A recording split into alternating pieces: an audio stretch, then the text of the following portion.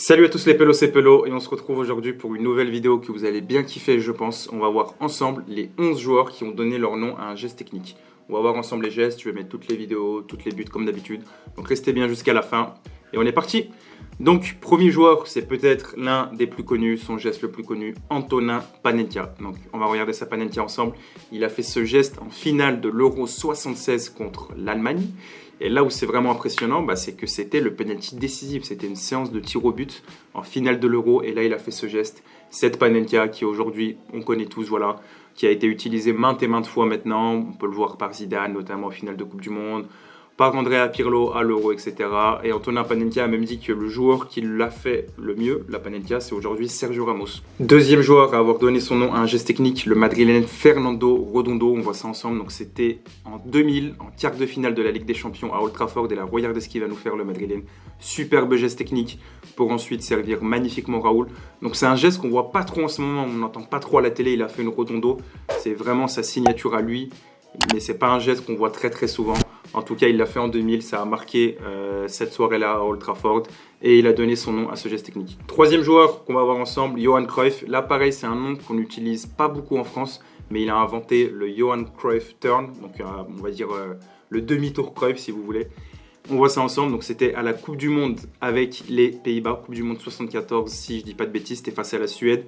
Et c'est ce petit tour en arrière, voilà, passer le ballon derrière la jambe, et qui porte aujourd'hui son nom. Pareil, c'est pas une expression qu'on utilise beaucoup en France, mais ça s'utilise énormément à l'étranger. Et même sur FIFA, par exemple, vous regardez, si vous allez dans les tutos des gestes techniques, il y a le Johan Cruyff Turn. Donc voilà. Quatrième joueur à avoir donné son nom à un geste technique, un Algérien très connu. C'est un geste qu'on voit très souvent maintenant, une expression qu'on voit très souvent. Rabat Madjer. Donc là, c'était en finale de la Ligue des Champions avec le FC Porto. Et Madjer, il a été le premier vraiment à démocratiser ce geste. C'est une sorte de talonnade avec le talon, forcément, qui va ensuite marquer voilà, un peu en arrière comme ça, et ça a été repris maintes et maintes fois maintenant. C'est un geste de grande classe, un geste d'attaquant, un geste de renard des surfaces qu'on voit aujourd'hui beaucoup, que ce soit par Ibrahimovic, Lewandowski, Ronaldo, etc. Mais ça a été démocratisé par Rabat Madjer, c'est pour ça qu'on appelle ça une Madjer. Ensuite, un autre joueur que j'ai voulu mettre dans cette vidéo, on n'utilise pas forcément cette expression, mais c'est Didier Drogba. On va très rarement dire une Drogba, en tout cas les commentateurs à la télé ne le disent pas. Mais nous, pour les fans de foot, on dit très souvent qu'il a fait une Drogba. Alors que, notamment en Angleterre, etc., ils vont appeler ça le Ronaldo Chop. Et c'était face à Newcastle, donc demi-finale de la Coupe de l'UEFA à l'époque avec Marseille. Dans le milieu, dans le jargon, une Drogba. Anglais, voilà cette étalonnade derrière le pied d'appui. Et juste ce qu'il faut. Numéro 6, là aussi un geste très connu, mais qu'on n'a pas encore vu depuis, je pense, René Higuita, le gardien colombien. Donc c'était face à l'Angleterre et là il fait le coup du scorpion. Incroyable, c'était en 1995, absolument incroyable comme ça, avec les deux jambes. C'est du jamais vu aujourd'hui. Je me souviens pas avoir dit oh ce gardien il a fait une Higuita parce qu'aucun gardien n'a fait ça depuis. Mais en tout cas, si quelqu'un réalise ce geste, un gardien, on dira le nom, le coup du scorpion ou la René Higuita. Donc incroyable geste qui a vraiment là aussi marqué son époque et les fans de foot. Numéro 7, là c'est une expression très française, on l'utilise seulement en France, pas à l'étranger, une papinade. Donc forcément en référence à Jean-Pierre Papin, on voit ça. Donc là on voit son premier but face à l'Espagne avec l'équipe de France, un but magnifique. Donc une papinade, ça va être une sorte de reprise acrobatique, c'est pas vraiment une retournée, c'est pas vraiment un ciseau, mais voilà, un peu ça. Mais son nom a été inventé par Jean-Michel Larquet après ce but face à la Belgique. Donc là il est magnifique, c'était un an plus tard. Et écoutez ce que Jean-Michel Larquet va dire, il va parler d'une papinade. On appellera pas ça un ciseau, mais c'est un retourné. En tout cas, c'est un exploit technique. Une papinade. Mais il a fait ça avec l'équipe de France, mais il avait aussi fait ça en club. Il a mis beaucoup de buts comme ça avec Marseille, beaucoup de papinades.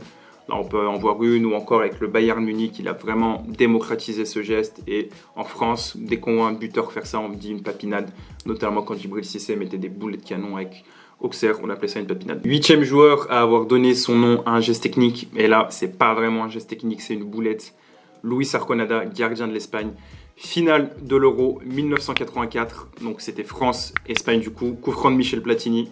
Et là une Arconada, c'est quand on attrape le ballon mais qui passe un peu sous le ventre. Les jeunes d'aujourd'hui vont plus dire une Apula Edel ou une Ali Amada, mais c'est vraiment Luis Arconada qui a donné son nom, le pauvre gardien espagnol, à ce geste. Numéro 9, ça avance très vite, on est déjà au numéro 9 et là aussi c'est plus un geste que nous, fans de foot, on a donné un peu entre nous, entre potes, etc. La spéciale Robben, donc forcément vous savez ce que c'est. Robben, il part à droite, il rentre à gauche comme ça et il enroule en lucarne. Donc c'est un geste qui fait très très très bien. C'est vraiment la spéciale Robben. Il y a un petit peu Florian Thauvin qui le fait avec Marseille et quand il le fait, on dit que voilà, il a fait une Robben. Mais aujourd'hui, on sait que Robben, sa spécialité, c'est je pars du côté droit, je rentre dans le côté gauche et j'enroule. Et il a donné son nom à ce geste. En tout cas, en France, on dit une spéciale Robben. Je ne sais pas s'ils le disent beaucoup à l'étranger, mais Arjen Robben mérite de donner son nom à ce geste parce que c'est le sien et c'est celui de personne d'autre. Joueur suivant, et c'est un des premiers à avoir donné son nom à un geste technique, donc c'est Cuauhtémoc Blanco, le Mexicain, qui a fait du coup ce qu'on appelle la Cuauhtémina. Donc en français, on va dire le coup du crapaud, c'est le fait de mettre le ballon entre les deux jambes, de faire ensuite un petit saut de cabri pour éliminer deux joueurs. Donc la première fois qu'il avait fait ça, en tout cas la première fois que c'était télévisé à grande échelle, c'était en France pour la Coupe du Monde 2018 avec le Mexique face à la Corée du Sud. C'est un geste ensuite qui est réalisé souvent. Un geste plutôt efficace, hein, comme on le voit, c'est vraiment pas facile pour le défenseur de prendre le ballon. Très souvent, il va se faire balayer, donc il va obtenir un coup franc. C'est un geste qu'on voit pas beaucoup en ce moment. Et je sais pas si en France, si quelqu'un fait ce geste, si on va dire que c'est une Cuauhtémina, mais en tout cas en Amérique du Sud, ils le disent énormément, ils l'utilisent beaucoup. Et ça vient du coup du Mexicain Blanco. Dernier joueur de notre classement, Yannick Bolasie, le joueur de Crystal Palace qui lui a inventé le Bolasie Flick, ce que les Anglais appellent le Bolasie Flick. Donc c'est cette sorte de petit demi-tour. Ensuite, il va se lever le ballon, etc. Je ne peux pas vous mettre trop d'images de match par rapport au droit, mais regardez là, à l'entraînement, avec Crystal Palace, il le montrait. Donc Bolasie Flick, c'est un des seuls à faire ce geste. C'est très très rare de le voir, mais en tout cas, c'est sa signature, c'est son geste à lui. Donc voilà, je vous ai présenté ensemble les joueurs qui ont donné leur nom à un geste technique. J'aurais pu parler d'autres joueurs qui ont inventé un geste technique, mais ils n'ont pas vraiment donné leur nom. On a par exemple la Espaldinha, donc c'était cette fameuse passe du dos de Ronaldinho, là que vous voyez avec Barcelone. On a aussi la Foquinha, donc Foquinha, je ne sais pas si vous vous en souvenez, il avait fait un petit peu le buzz sur Téléfoot à l'époque, donc c'était en fait, il avait fait le dribble de l'Otari, le dribble du phoque, mais il s'appelle Kierlon Maura Souza, donc il n'a pas vraiment donné son nom à un geste technique, il l'a inventé, mais il n'a pas vraiment donné son nom. On peut aussi parler de JJ Okocha, son fameux dribble qu'on va appeler le dribble arc-en-ciel, pareil. C'est lui qui l'a démocratisé, mais on n'appelle pas ça une Okocha aujourd'hui. Donc voilà, je voulais faire vraiment un classement à part avec ceux qui ont donné leur nom. Et peut-être que plus tard, je ferai un classement avec ceux qui ont inventé un geste technique. En tout cas, j'espère que cette vidéo vous aura plu. Ça fait très plaisir de vous retrouver. Restez connectés, abonnez-vous, parce qu'il y a une vidéo qui arrive dans quelques jours avec une joueuse de foot de l'OGC Nice que je suis allé affronter. Une vidéo qui va bien vous plaire. Et abonnez-vous si ça vous fait plaisir. Moi, en tout cas, ça me fait plaisir. Et je vous dis à très bientôt. Ciao, ciao.